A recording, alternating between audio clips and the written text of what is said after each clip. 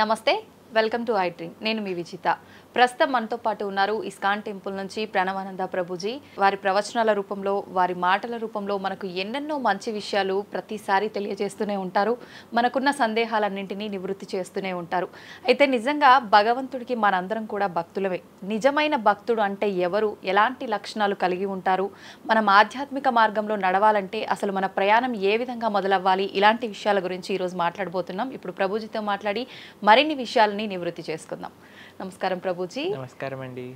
హరే కృష్ణ ప్రభుజీ. హరే కృష్ణ. ప్రభుజీ, నిజంగా భక్తుడు అంటే ఎవరు ప్రభుజీ? భగవంతుడి పట్ల పరిపూర్ణమైన నమ్మకం ఉన్నవాడు భక్తుడు. సుఖాలు వచ్చినా, దుఃఖాలు వచ్చినా, అవమానాలు వచ్చినా, పొగడతలు వచ్చినా, మన జీవితంలో ఏ సిచ్యువేషన్ వచ్చినా సరే మనం భగవంతుణ్ణి ఆశ్రయించి ఆయన పట్ల నమ్మకం ఉన్నవాడు భక్తుడు. చాలాసార్లు ఏమవుతుందంటే అండి, మనకి మంచి జరుగుతున్నప్పటి వరకు వెరీ గుడ్, మనం చాలా భగవద్భక్తులం అని అంటే, కానీ ఏదన్నా చెడు జరిగిపోయింది ఏమనుకోండి, నాకెందుకు ఇలా జరిగింది, నేను ఇంత మంచివాడిని, ఆయన ఎందుకు అలా చేయలేదు, కాబట్టి ఈయన నాకొద్దు అని అంటారు చాలా మంది. మేము మీరు ఆశ్చర్యపోతారు, అసలు నాకు నా భక్తి జీవితంలో చాలా ఇన్స్పిరేషన్గా అనిపించింది. నేను ఇప్పుడు మనకి తెలుసు పాలస్తీన్ ఇంకా ఇజ్రాయెల్లో వార్ జరుగుతుంది, గాజా అనే ప్రదేశంలో.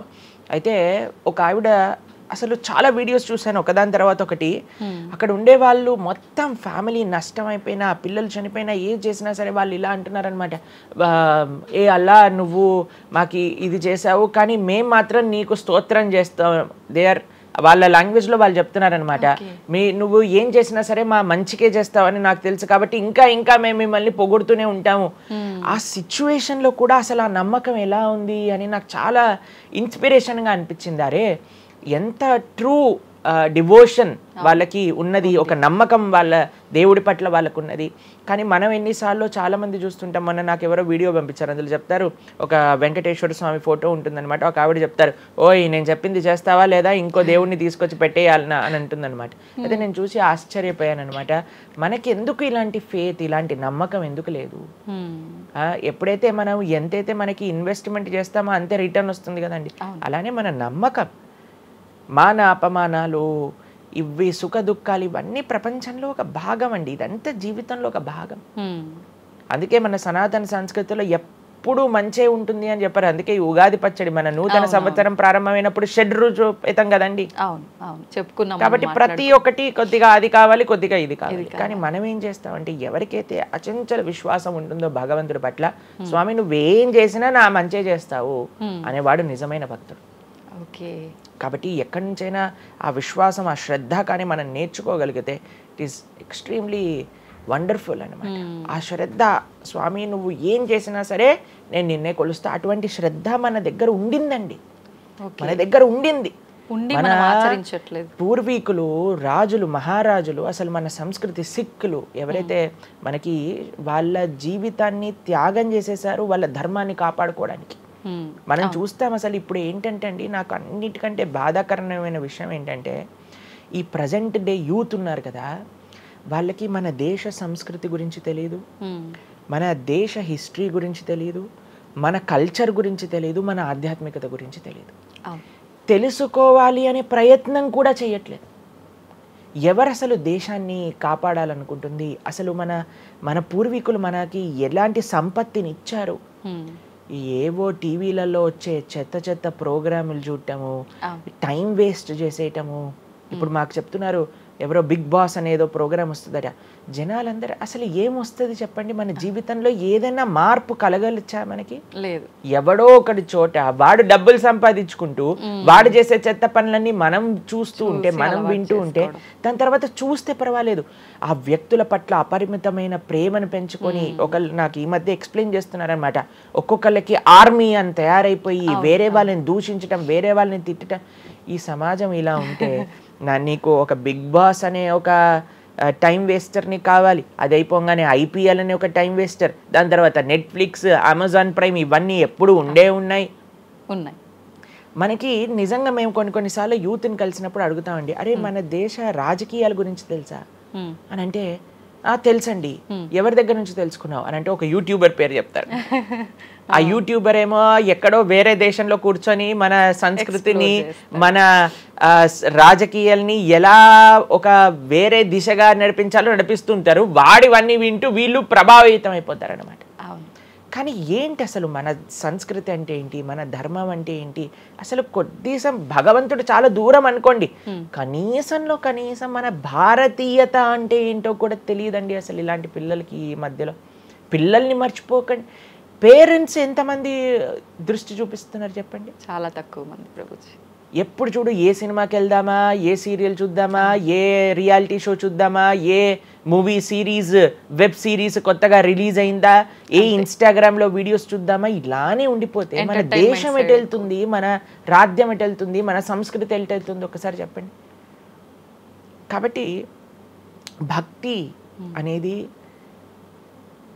ఒక ప్రస్తుత సమాజంలో అర్థం చేసుకోవటము అనేది ఎప్పుడైతే ప్రతి ఒక్కళ్ళు తమ దగ్గర ఉండే సమయాన్ని వెచ్చిస్తారో, ఎప్పుడైతే నేను తెలుసుకోవాలి అనే ఒక ఇచ్చ మనసులో ఉంటుందో అప్పుడు మాత్రమే తెలియపడే ఒక అద్భుతమైన జ్ఞానం అండి అది.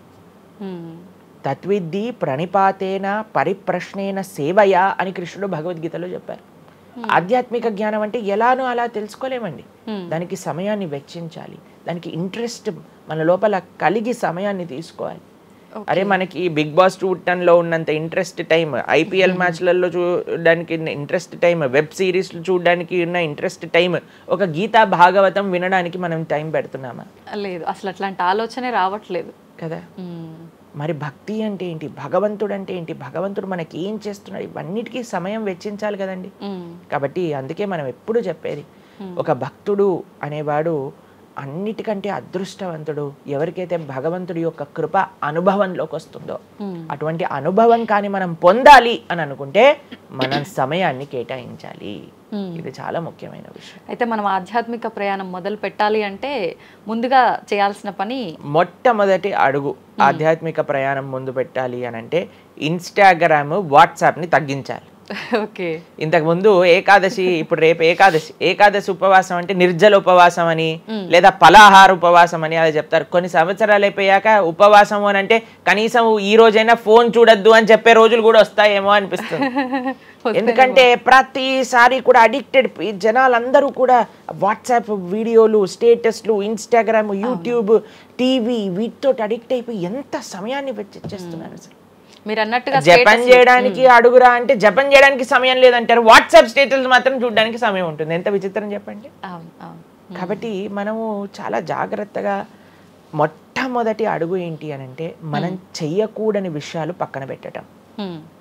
ఏంటి? అక్కర్లేని విషయాలు వినటం, అక్కర్లేని విషయాలు మాట్లాడటం, అక్కర్లేని విషయాల గురించి ఆలోచనలు చేయటం. వీటన్నిటిని పక్కన పెట్టి 4 నియమాలు చెప్పారండి మన శాస్త్రంలో భక్తిలో ముందుకెళ్ళడానికి, ధర్మ మార్గంలో ముందుకెళ్ళడానికి. మద్యం పానం శ్రియాసూన యథా అధర్మశ్చ చతుర్విధం అని భాగవతం చెప్తుంది. 4 రకములైన తప్పుడు అలవాట్లను మనం నిషేధన చెయ్యాలట. ఏంటి ఆ 4? మద్యము అని అంటే మద్యాన్ని సేవించటం, ఎనీ టైప్ ఆఫ్ ఇంటాక్సికేషన్ అని అనుకోండి, సిగరెట్లు కానీ, మందు కానీ, గుట్కా, మానిక్ చంద్, పాన్, ఇంకేమంటారు టొబాకో, ఇవన్నీ డ్రగ్స్, ఇవన్నీ అసలు చెప్తూ ఉంటే మిగతా ఎనీ కైండ్ ఆఫ్ ఇంటాక్సికేషన్ దీన్ని పక్కన పెట్టాలి. మనం భక్తి మార్గంలో ముందుకెళ్ళాలి అని అంటే చెప్తున్నాను.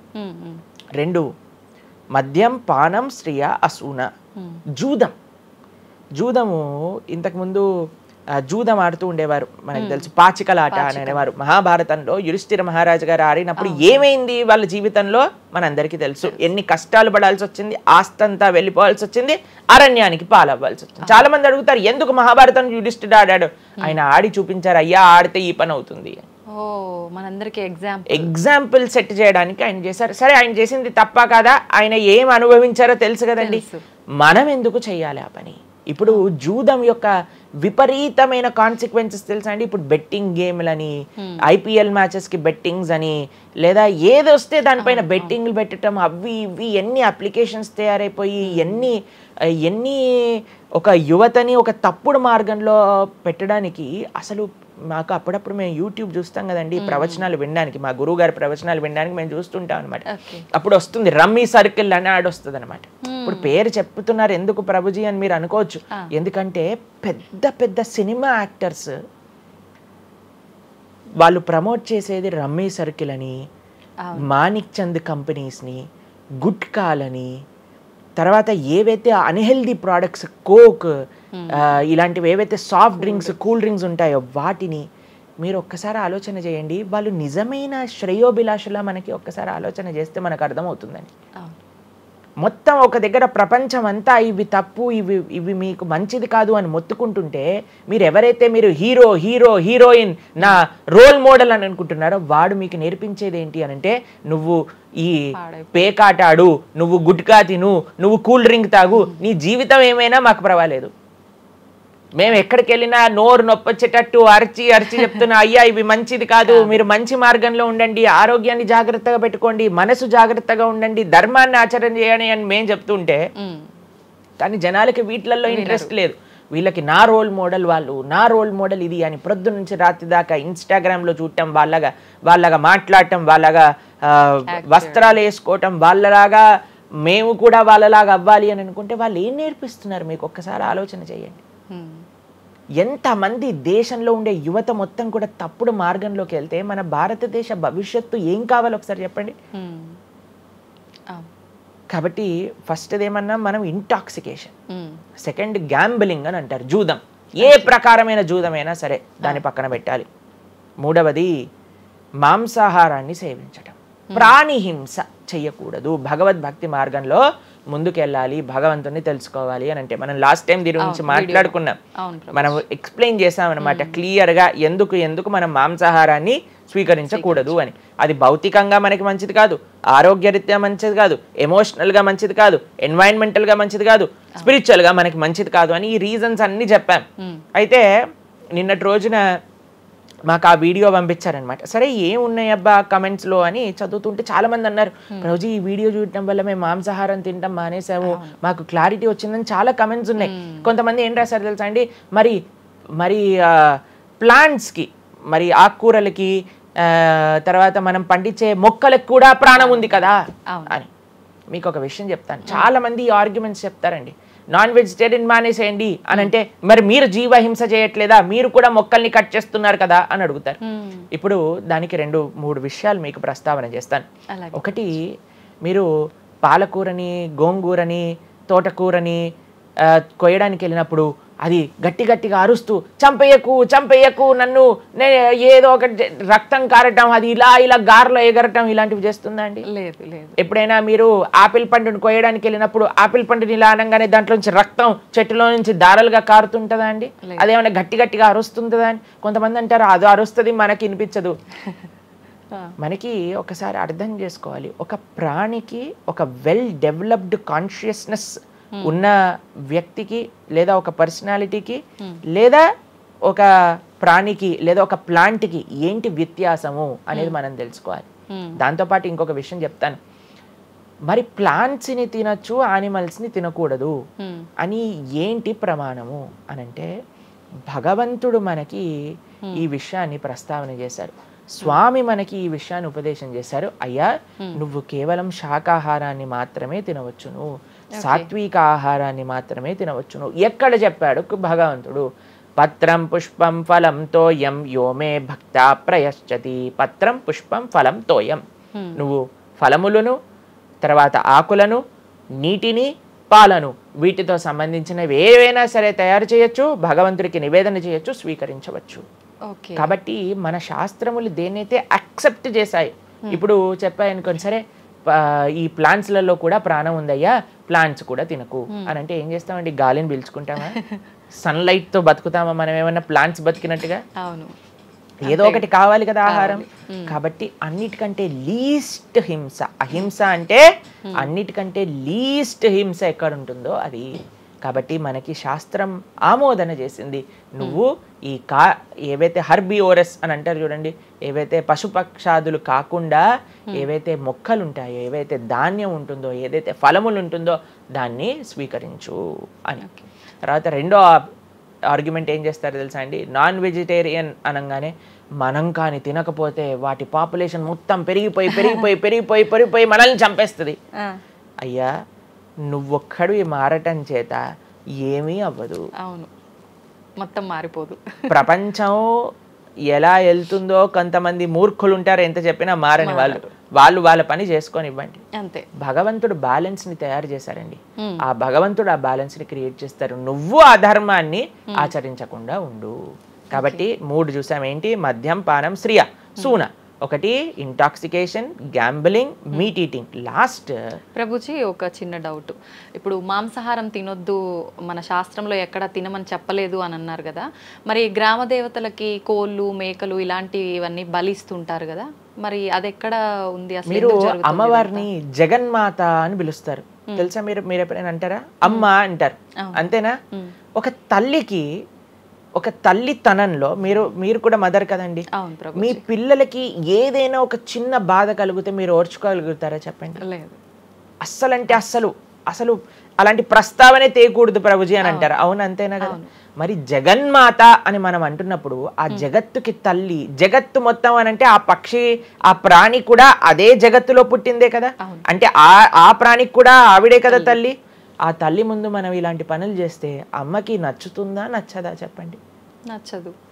కాబట్టి ఇవన్నీ ఎక్కడొచ్చాయి అని అంటే మధ్యలో ఎక్కడో ఒక చోట కొన్ని తప్పుడు ఆచరణలన్నీ కూడా మన లోపలికి దూసుకొచ్చేసాయి అన్నమాట.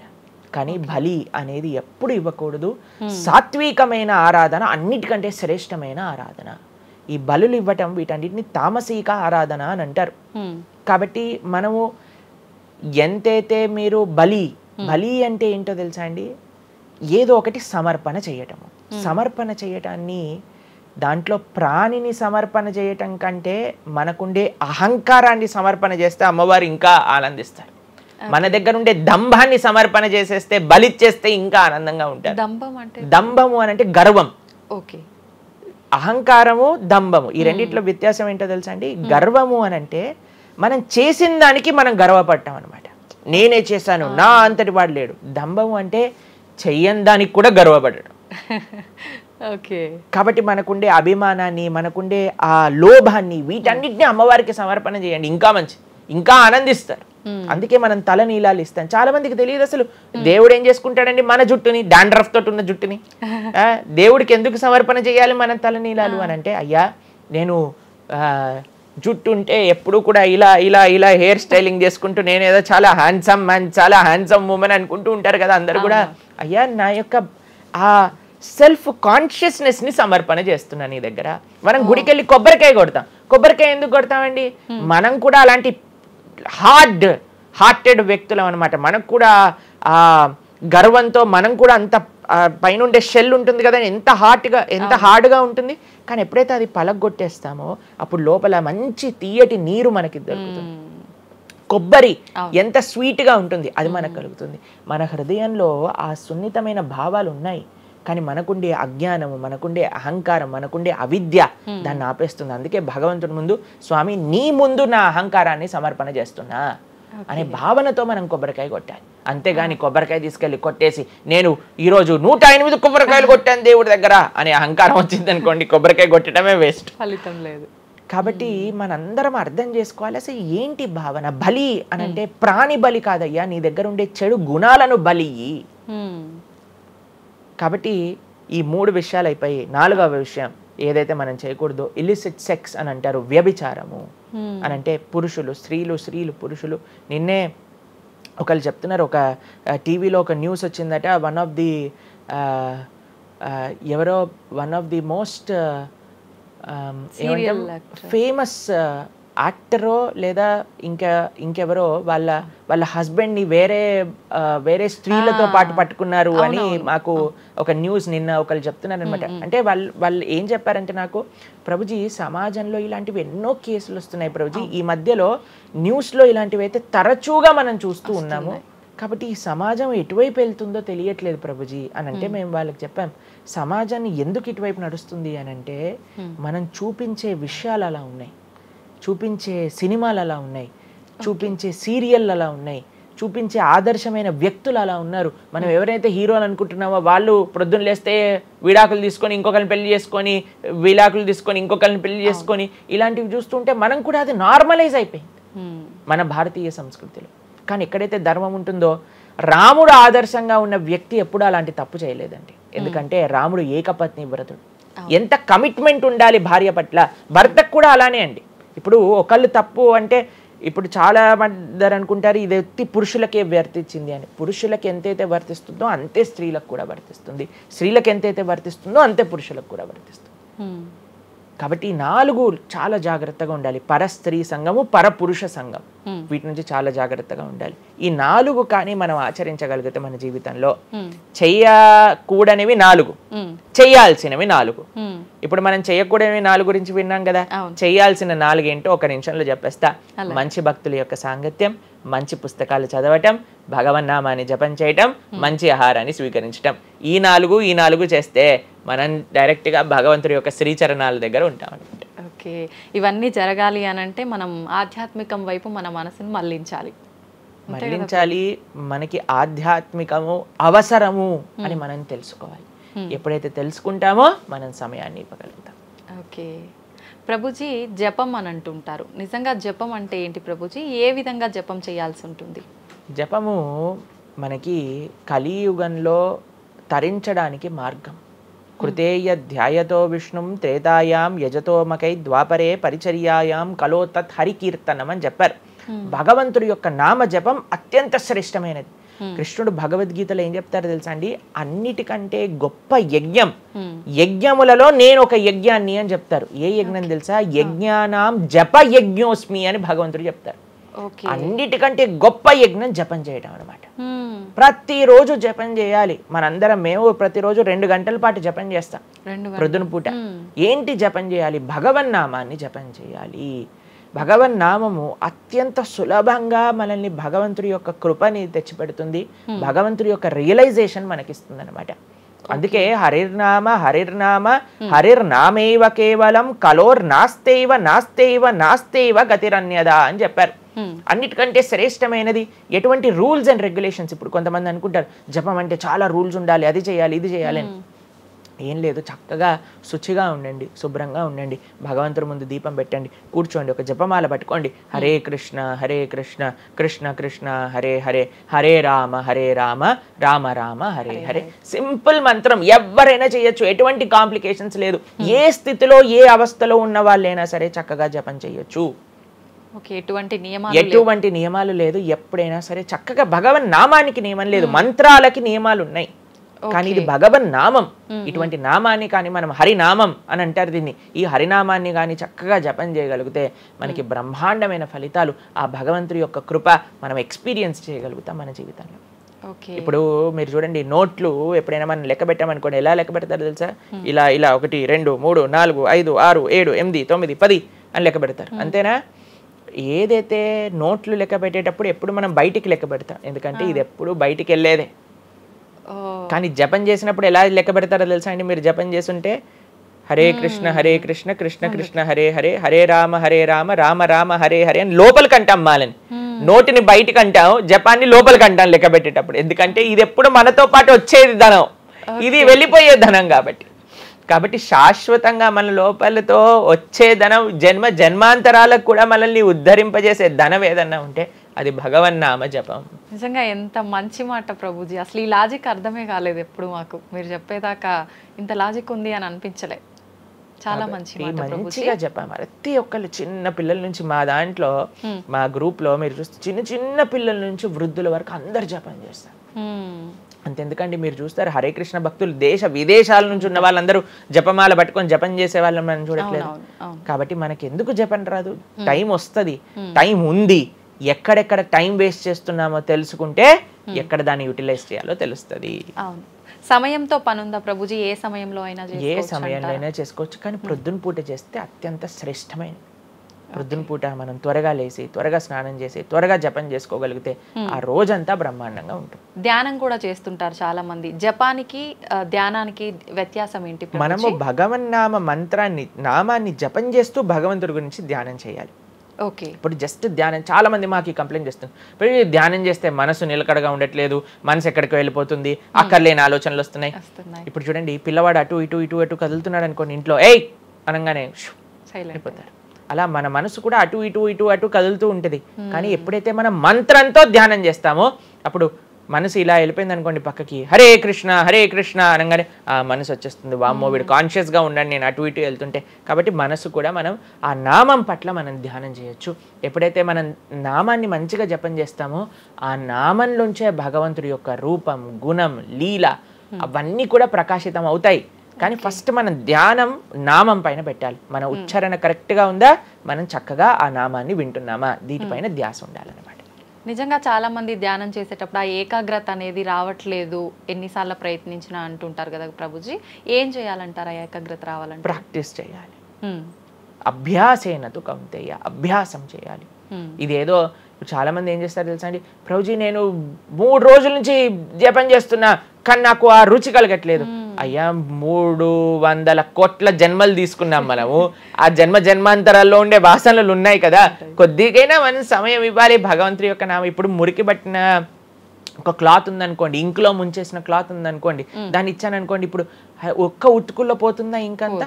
ఒక ఉతుకు తర్వాత ఇంకో ఉతుకు తర్వాత ఇంకో కొద్దిగా వెళ్తూ ఉంటుంది. కొన్నిసార్లు మనకి ఫస్ట్ 3-4 వాషెస్లో తెలియదు అసలు పోయిందా లేదా. పోతుంది కానీ మనకంత ఎవిడెంట్గా కనిపించదు. కానీ 10, 15, 20, 30 సార్లు అయ్యాక తెలుస్తుంది. 100 సార్లు అయ్యాక మళ్ళీ మనకి తెల్లగా ఆ క్లాత్ బయటికి వచ్చేస్తుంది. అలానే మనం కూడా ప్రయత్నం చేస్తూ ఉండాలి. ఇన్ని జన్మలు మనం మాయకి ఇచ్చేసి ఒక జన్మలో 3 రోజులు మనం భగవన్నామాన్ని జపం చేసి ఇప్పుడు నాకేం కలగలేదు అని అంటే ఎలా చెప్పండి? ఆ నిష్ఠ, సిన్సియారిటీ ఇవ్వాలి టైం మనకి. ఎలాగైతే మీరు టైం దీనికి ఇచ్చారో అలానే టైం భగవంతుడు కూడా ఇవ్వాలి. తప్పకుండా ఆ ప్రాసెస్లో తప్పులేదు. మన సిన్సియారిటీ ఎంత సిన్సియర్గా మనం చేస్తే అంత తొందరగా మనకు కృప అనేది లభిస్తుంది. ఓకే ప్రభుజీ, పునర్జన్మలు అని అంటుంటారు, పునర్జన్మలు ఉంటాయా? ఇందాక మీరు చెప్పినట్టు ఎన్నో జన్మల వాసనలు మనకి జన్మలో కూడా అవి ఉంటాయి అని చెప్పన్నారు కదా, ఆ వాసనలకు సంబంధించిన ఆ లైఫ్ని మళ్ళీ ఈ జన్మలో మనం అనుభవిస్తామా? తప్పకుండా. మీరు అంతెందుకండి, మీరే ఎన్నోసార్లు మీ జీవితంలో కొంతమందిని కలిసి ఉంటారు, వాళ్ళు చెప్తారు ఇది ఈ జన్మలోంచి కాదు, పక్కా వీడి పోయిన జన్మలోదే ఈ లక్షణం. ఎందుకంటే చాలా మంది అంటారు మా ఇంట్లో ఎవరండి ఇలా ఉండరండి కానీ వీడికొక్కటే ఈ గుణం వచ్చింది అని అంటూ ఉంటారు. మనం చాలాసార్లు చూస్తాం చిన్న పిల్లలకి వాళ్ళకి మనకు నేర్పించకుండానే ఒక టాలెంట్ వచ్చేస్తుంది. వాళ్ళు ఆ విధంగా నేను మొన్న బృందావనం వెళ్ళినప్పుడు మేము చూసాం, అక్కడ చిన్న పిల్లవాడండి, నాకు తెలిసి 3-4 సంవత్సరాలు ఉంటాయి, 250 కంటే ఎక్కువ ట్యూన్లలో హరే కృష్ణ మంత్రాన్ని పాడుతున్నాడు ఆయన. వాళ్ళ పేరెంట్స్ని అడిగాం, అయ్యా ఎలా నచ్చింది? ప్రభుజీ మేమేం తెలియదు ప్రభుజీ, చిన్నప్పటి నుంచి హార్మోనియం దగ్గరికి వెళ్ళి టిక్ టిక్ టిక్ టిక్ అనేవాడు, వాడే పాడుతున్నాడు, వాడికి మొత్తం హార్మోనియం ఎవ్వరు నేర్పించలేదు, వాడే పాడుతున్నాడు అని. అలా ఎన్నో మీరు డాక్టర్ ఐన్ స్టీవెన్సన్, మీరందరూ ఇంటర్నెట్ ఉంది కదా, మీ అందరికి ఫోన్లు ఉన్నాయి కదా, డాక్టర్ ఐన్ స్టీవెన్సన్ అని నొక్కండి. 2500 కంటే ఎక్కువ కేసుల పైన ఆయన రీసెర్చ్ చేశారు. రీఇన్కార్నేషన్, పునర్జన్మ కలిగిన కేసెస్లో అనమాట. కాబట్టి మీరు జస్ట్ రీఇన్కార్నేషన్ కేసెస్ అని మీరు యూట్యూబ్లో టైప్ చేస్తే ఎన్నో వస్తాయి మీకు. కాబట్టి పునర్జన్మ ఉన్నది. పునర్జన్మ సిద్ధాంతాన్ని ప్రస్తావన చేసి వాటిని నమ్మకం ఉన్న వాళ్ళే సనాతన ధర్మానికి సంబంధించిన వాళ్ళు అనమాట. కాబట్టి ఏది కూడా మనకి స్పాంటేనియస్గా రాదు, అంతా కూడా కర్మ, what ever we do that comes around అనమాట. కాబట్టి ఈ పునర్జన్మ సిద్ధాంతం అనేది తప్పకుండా ఉన్నది. పునర్జన్మ ఉంటుంది, జన్మాంతరాల వాసనలు అనేవి ఉంటాయి. ఎప్పుడైతే మనం ఆధ్యాత్మిక సాధన, ఎప్పుడైతే మనం భగవద్భక్తి చేస్తామో ఆ వాసనలన్నీ కూడా తొలగిపోతాయి. మనం చక్కగా మంచి ధార్మికమైన వ్యక్తిలా మనం మళ్ళీ మారచ్చు అనమాట. ప్రభుజీ పునర్జన్మ ఉంటుంది అని అనుకున్నాం మనం. అయితే పునర్జన్మ అంటే అంతకుముందు జన్మకు సంబంధించిన పాపం పుణ్యం ప్రతి ఒక్క దాని ప్రభావం ఈ జన్మలో ఉంటుందంటారా ప్రభుజీ? తప్పకుండా. చాలా మంది అంటారు ప్రభుజీ వాళ్ళు ఇంత పిచ్చి వాళ్ళు కానీ ఇంత ఆనందం ఎందుకు వస్తుంది అని అంటే, వాళ్ళు గత జన్మలో చేసిన పుణ్యం ఇప్పుడు వాళ్ళకి వస్తుంది, ఈ జన్మలో చేసే పాపం మళ్ళీ వస్తుంది. ఎవరు కూడా ఎస్కేప్ అవ్వలేరండి. ఇప్పుడు మీరు అనుకుంటున్నారు మనం బాధపడుతున్నాం, గత జన్మలో చేసిన పాపాన్ని ఇప్పుడు మనం అనుభవిస్తున్నాం, ఇప్పుడు మేము మంచి వాళ్ళం ప్రభుజీ, మీకు కూడా వస్తుంది ఆ ఛాన్స్. కాబట్టి ఈ కర్మ సిస్టమ్ ఏదైతే భగవంతుడు ఇది చేశారో దాని నుంచి ఎవ్వరు ఎస్కేప్ కాలేరు. ఆయన సిస్టమ్ చాలా పక్క. ఇక్కడ ఉండే మనం అప్పుడప్పుడు ట్రాఫిక్ సిగ్నల్ని దాటేసి ట్రాఫిక్ పోలీస్ నుంచి ఎస్కేప్ అవ్వచ్చు, కానీ భగవంతుడి యొక్క రేడార్ నుంచి ఎస్కేప్ అవ్వలేదన్నమాట. ఎందుకంటే ఆయన హృదయంలో ఉండే కదా అన్ని నోట్ డౌన్ చేసుకునేది. కాబట్టి తప్పకుండా గత జన్మ పుణ్యము గత జన్మ పాప ఫలితాలు ఈ జన్మలో అనుభవించాల్సిందే. చాలా మంది మమ్మల్ని అడుగుతారు, ప్రభుజీ నరకానికి తీసుకెళ్తారు కదా. ఆ నరకానికి తీసుకెళ్తారు, మరి నరకంలోనే అంత అయిపోగొడితే మళ్ళీ ఈ జన్మలో ఇవ్వటం ఎందుకు? ఇన్స్టాల్మెంట్లో వస్తాయి, ఈఎంఐస్ కింద కట్టాల్సి వస్తుంది అనమాట మన ఫలితాన్ని. కొద్దిగా నరకంలో, కొద్దిగా ఈ జన్మలో, మళ్ళీ వచ్చే జన్మలో. ఒకటేసారి ఆ యొక్క ఫలితాన్ని కానీ ఇచ్చేస్తే మనం తట్టుకోలేము. కాబట్టి భగవంతుడి యొక్క కృప నిజంగా చెప్పాలంటే ఇన్స్టాల్మెంట్స్లో వచ్చేది. ఇప్పుడు చూడండి, ఒకసారి 10 కోట్లు కట్టాలి అంటే అది ఈజీయా, లేదా ఇన్స్టాల్మెంట్లో కట్టాలంటే ఈజీయా? అందుకే కదండి అందరు ఈఎంఐలు కావాలండి. అలానే పుణ్యము, అలానే పాపం కూడా. కొద్దిగా స్వర్గంలో అనుభవించు, కొద్దిగా ఇప్పుడు అనుభవించు, మళ్ళీ నెక్స్ట్ జన్మలో అనుభవించు. అది తప్పదు, ప్రతి ఒక్కళ్ళు అనుభవించాల్సిందే. లేకపోతే చెప్పండి, అసలు ఈ జన్మలో ఎందుకు కొంతమంది కష్టాలు అనుభవిస్తున్నారు? కొంతమందికి పుట్టుక నుంచే కష్టం వస్తుంది, కొంతమంది కొన్ని డిఫెక్ట్స్ తో పుడతారు. ఎందుకు? If God is equal to everybody, then why did God create different people differently అని అంటే భగవంతుడు తయారు చేయలే, భగవంతుడు ఇనిషియేట్ చేశారు ఆ సిస్టమ్ని. దాంట్లో మనం ఏ విధంగా చేస్తే ఆ కర్మ ద్వారా అలా మనం పుట్టవలసి వస్తుంది. కానీ మనము పాస్ట్ గురించి చింత, అయ్యో ఎన్ని పాపాలు చేశానో నాకు ఇది వస్తుంది, దీని గురించి చింత చేయకండి. అయ్యా నేను ఫ్యూచర్లో ఇది చేసి నేను ఇలా చేయబోతుంది, దాని గురించి ఇప్పుడు నీ దగ్గర సమయం ఉంటే నువ్వు ఇప్పుడు ధర్మాచరణ చెయ్యి, ఇప్పుడు భగవంతుడిని ఆశ్రయించు, ఇప్పుడు ధార్మికంగా ఉండు. భగవంతుడు దాన్ని దీన్ని రెండింటినీ తీసేస్తారా, ఆయన యొక్క లోకానికి మనం వెళ్ళవచ్చు. కాబట్టి భగవంతుడు అదే చెప్పారు, సర్వధర్మాన్ పరిత్యజ్య మామేకం శరణం వ్రజ అహం త్వాం సర్వ పాపేభ్యో మోక్షయిష్యామి మా శుచ. ఇది భగవంతుడు ఇచ్చిన ఒక ఆశ్వాసన భగవద్గీతలో. అన్నిటినీ వదిలిపెట్టేసాయి, అన్ని రకాల చెడు వస్తువుల్ని, అన్ని రకాల మంచి, నువ్వు నాకు శరణు వేరు, నేను నీ పాప పుణ్యాలు మొత్తం తీసేస్తాను. యద్గత్వా న నివర్ధంతే తద్ధామ పరమం మమ. భగవంతుడి దగ్గర నుంచి చేరుకున్నాం అనుకోండి, మళ్ళీ ఈ ప్రపంచంలో ఈ యొక్క కష్టాలు ఉండే ఈ నేలపైన మళ్ళీ రావాల్సిన అవసరం లేదు. స్వామితో బ్రహ్మాండంగా స్వామి యొక్క సేవలో సుఖంగా ఉండొచ్చు మనం.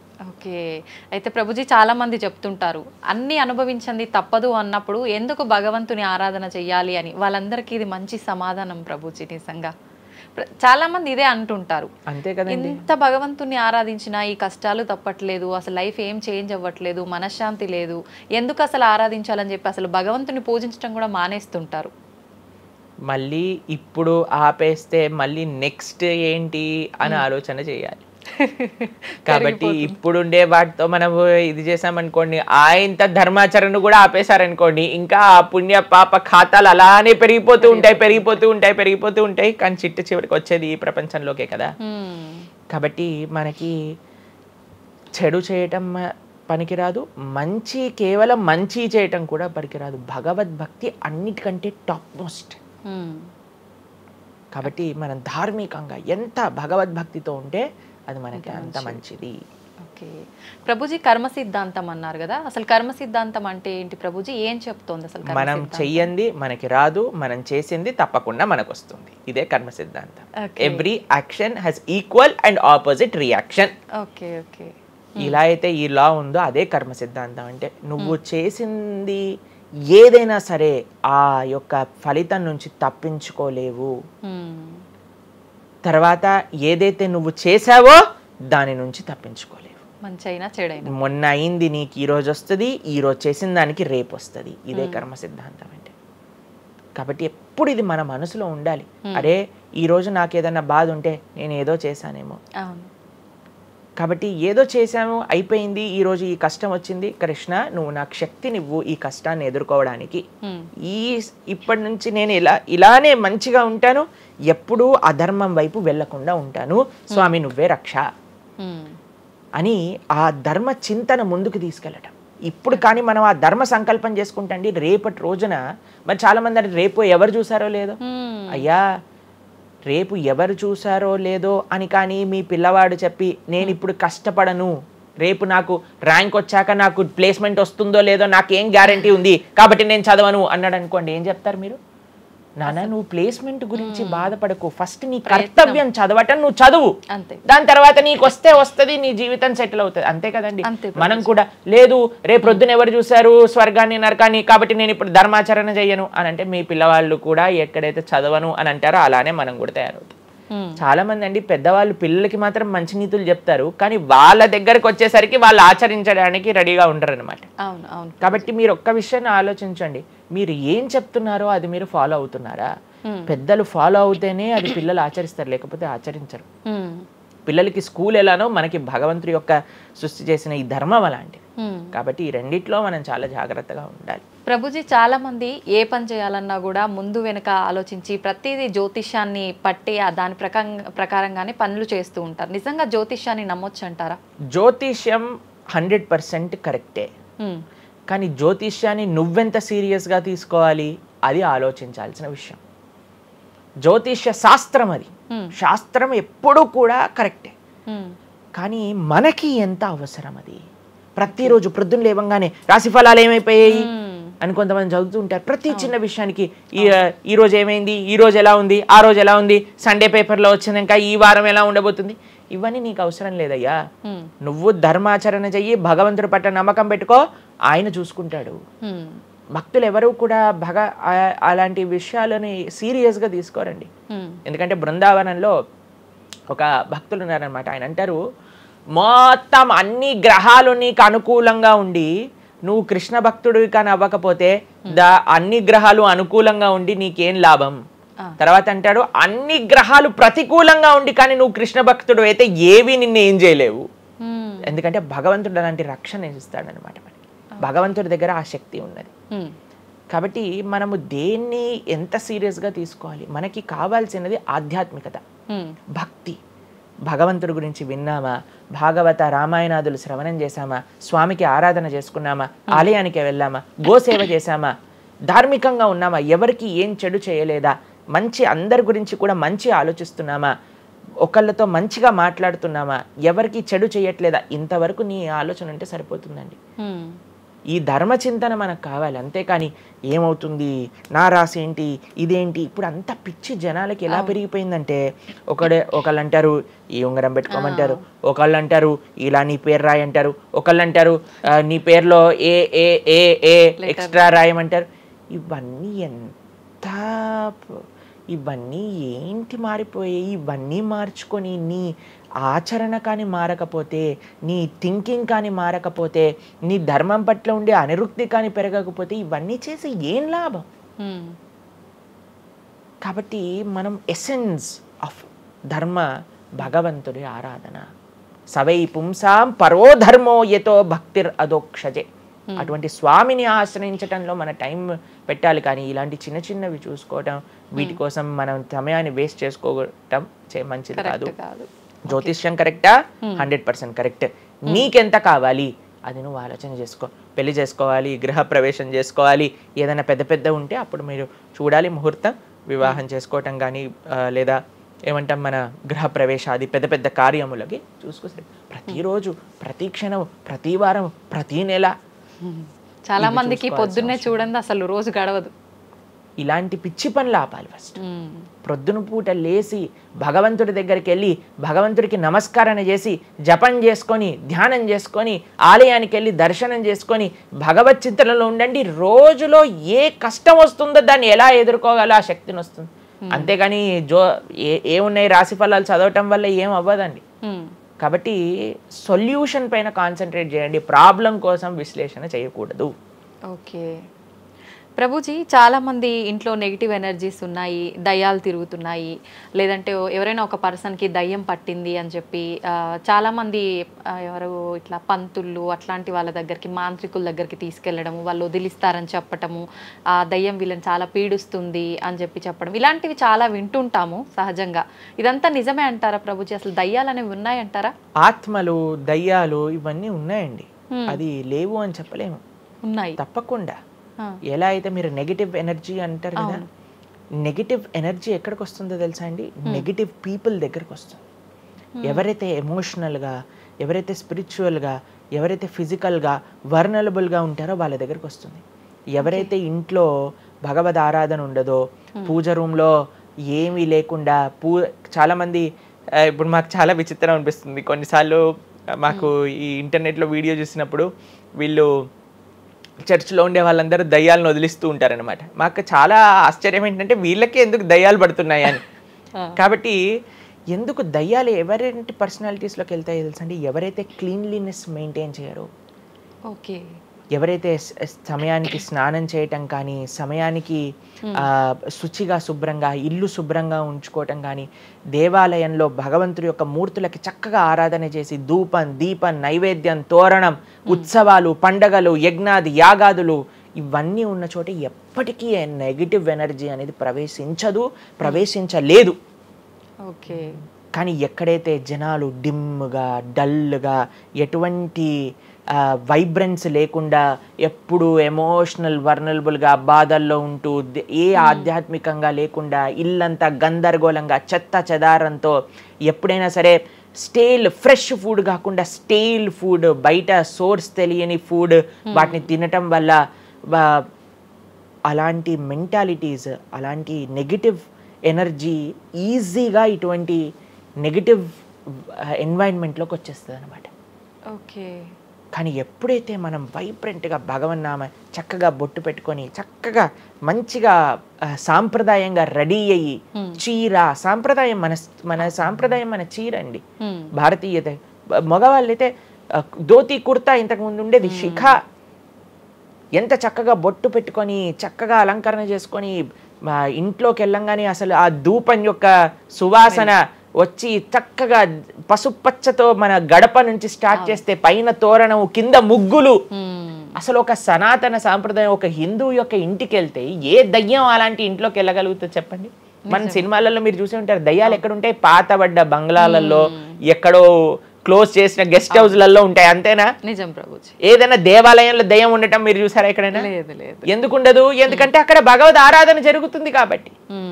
ఏ ఇంట్లో అయితే నిరంతర భగవద్ ఆరాధన ఉంటుందో, ఏ ఇల్లు అయితే వైబ్రెన్స్ గా ఇంటి బయట ముగ్గు నుంచి ప్రారంభమై ఇంటి లోపల దేవాలయంలో దీపము నిరంతరము కూడా ఉంటుందో, భగవద్ ఆరాధన జరుగుతుందో, భగవన్నామ జపం జరుగుతుందో, శాస్త్రాన్ని పారాయణ చేస్తున్న విష్ణు సహస్రనామం హరే కృష్ణ మహామంత్ర కీర్తన యజ్ఞము యాగము ఉత్సవాలు చేస్తూ అటువంటి ఇంట్లో అటువంటి వ్యక్తులకి ఎప్పుడూ రాలేదండి.